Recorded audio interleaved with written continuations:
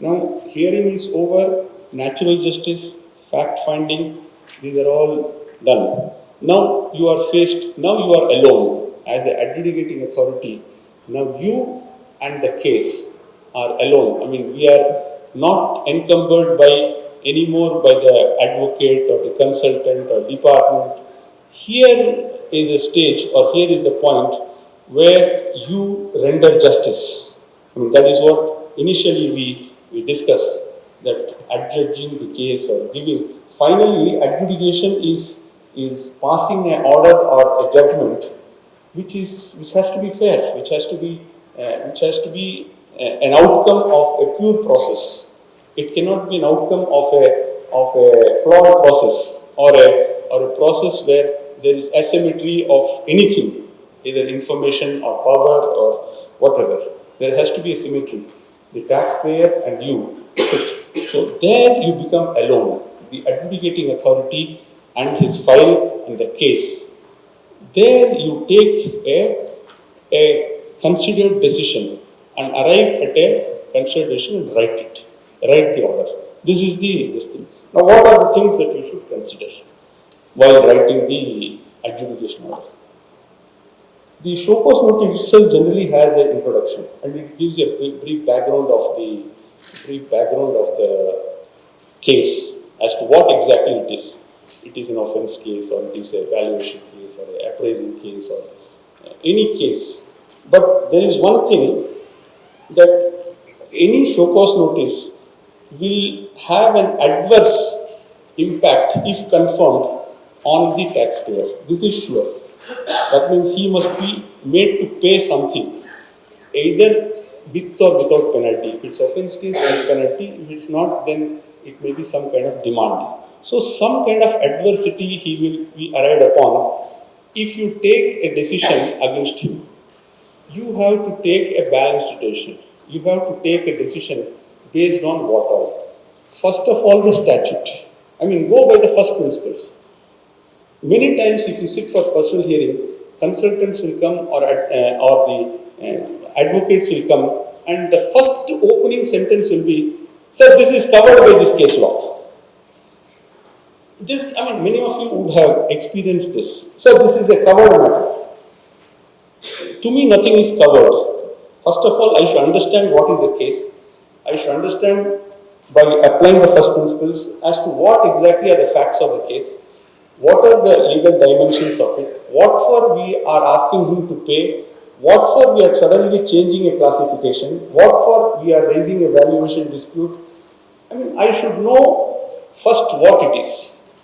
And once I know what is the case, then what are the attendant guidelines? Now, as a tax administrator, particularly as an adjudicating authority, you will have to follow the board circulars, the notifications, all the public notices, whatever be there, apart from the statute and the rules.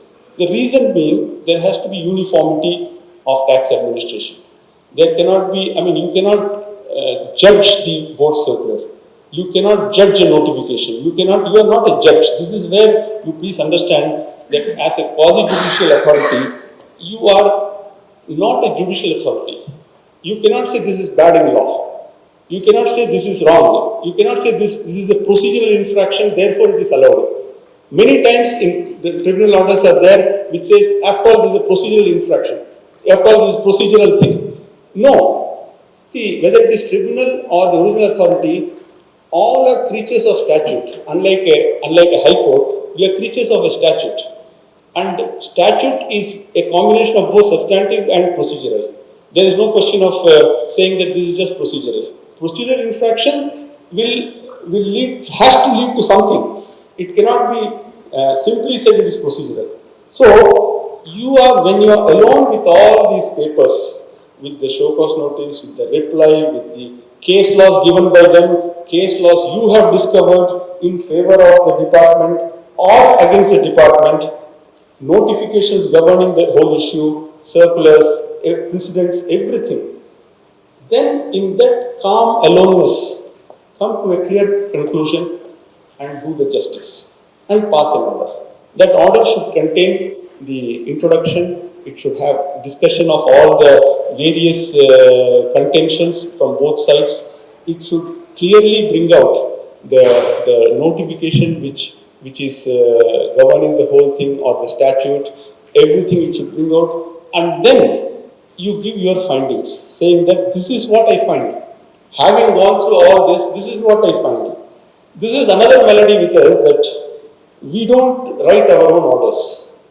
We depend. Not correct. I mean, I can say with 100% confidence that not in a single finding somebody has written. I will dictate. The first body may be copied and written, but findings has to be written by us. Because that is what is the outcome of adjudication. That is where your mind speaks. The question finally which arises is whether you are right or you are wrong. If you have not biased yourself, if there is no prejudice in your mind of any kind, you cannot be wrong. Whatever you write is right. You may lose that case in a higher judicial forum. Tribunal may set it aside, somebody else may set it aside, but you have to write it with your conscience and the purity of your conscience, that this is what is right. And having come to that conscience without any kind of bias, whatever you write is an order which is right. That's all. You have done your work as adjudicating authority. My job was to demystify adjudication. This is the order which finally comes out of such a pure train of thought is a correct adjudication order. It may stand or it may not stand, that I cannot say. But from your conscience, it is the right thing which you have done. If you have done that after hearing everybody, adhering to principles of natural justice, sifting all the facts in its right perspective, ensuring that the unrelied upon documents are given to him, and he is allowed to introduce his documents, which in his defense, whether cross-examination is allowed or not allowed, but justification is given as to why it is not allowed, if it is not allowed. If you have done through the process everything, then the outcome of it is an adjudication order. And this is the adjudication order which stands demystified before you. So, what is essential is, first I started by saying that don't make it us versus them. It is not. It is not us versus them, which is often the case. If there is a stage where any evidence or anything comes on record, or it comes to you as a fact-finding authority, that the whole case has got no basis to stand, please allow it to fall. But there are huge administrative ecosystem in which we live. What will be this thing? What will be the repercussion of it?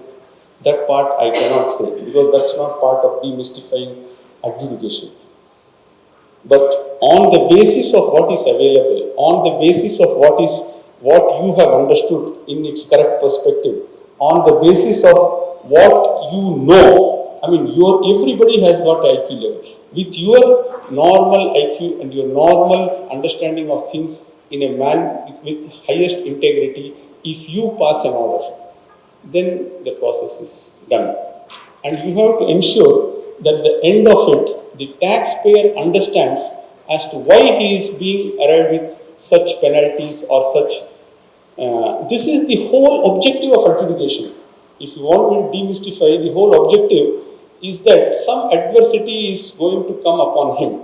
You have to explain to him that this adversity is based on law, the rule of law which is applied on him with absolute fairness and on above board circumstances. Nothing is being done to him in a manner that he is being singled out, if at the end of adjudication he receives your order, he says, sir, you gave me a fair hearing, you were a fair person.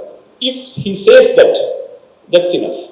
I mean, whether you lose or don't, I mean, whether the order stands or doesn't stand, that is all immaterial. That is a whole scheme of things where the appellate provisions are there and things like that we are not into it. We are sitting in the chair and we are given a task to see to it that this dispute is resolved and an order is passed. Just process. I was part of a just process. I was not discriminated. I was not given the raw end of the stick. I was made a part of the whole thing, and I salute the process. You have confirmed it against me, but I don't hold it against you. If he can say that, then what we have done is right. I mean, you have got hundreds of adjudication. You cannot expect every time somebody to come and say this. I am not saying, but it is a communication which shall happen. Over a period of time, you will know that what is that people say about your orders. That he hears us patiently. He will pass fair orders. He will listen to all the things that we are submitting. All the case laws which we give, even those which are against, he will take into account. And lastly, the concept of judicial discipline.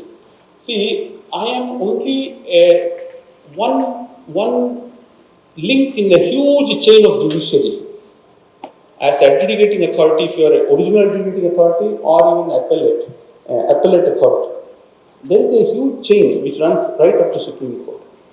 So, we cannot keep on reinventing the wheel. We cannot start applying our mind in everything in a fresh manner and keep giving different judgments. So, there is a concept of judicial discipline that if already the higher forums have adjudged an issue on the identical things, then we have to very humbly follow it. There you have to, unless you are very convinced that you can distinguish a Supreme Court judgment or a High Court judgment or a tribunal judgment in a manner that the distinction should not come out of your ego or your deliberate desire to do something, either confirm. It should come out of facts, it should come out of law, and then you should be able to explain the distinctions. This is why the judgment which you are citing is not the one which can be applied on this. The facts and circumstances of this case is different from that, therefore I am unable to accept it. But if the facts and circumstances are the same, please accept. Adjudicating authority has to be humble. Humility has to be a defining character for him. It cannot be that he can throw, I mean, as executive is different, but as a quasi-judicial, you are wearing another hat. You are not wearing the executive hat or administrative hat. You are wearing the judicial hat. When you are wearing the judicial hat, your humility has to be, if not visible, at least it should be internal. You must be able to accept that some higher forum has already pronounced something on this. Let me not again go and show my wisdom in it. I will accept it and I will pass judgment. So these are the aspects based on which the whole adjudication can be demystified or looked at without a sense of mystery. But as I told you in the beginning, this session should have had the taxpayers for whom a show cause notice is the biggest mystery. Not for us. For us, giving show cause notice is our second nature maybe, but when a person receives a show cause notice, he is really in huge mystery. So that being the case, I think I have been able to communicate whatever I could little in this time and sensitize you regarding the process of adjudication and what should be the outcome. The outcome should be a sense of gratefulness in the taxpayer that you were fair to me. If that sense you can imbibe through your order, then you have done your job. Thank you.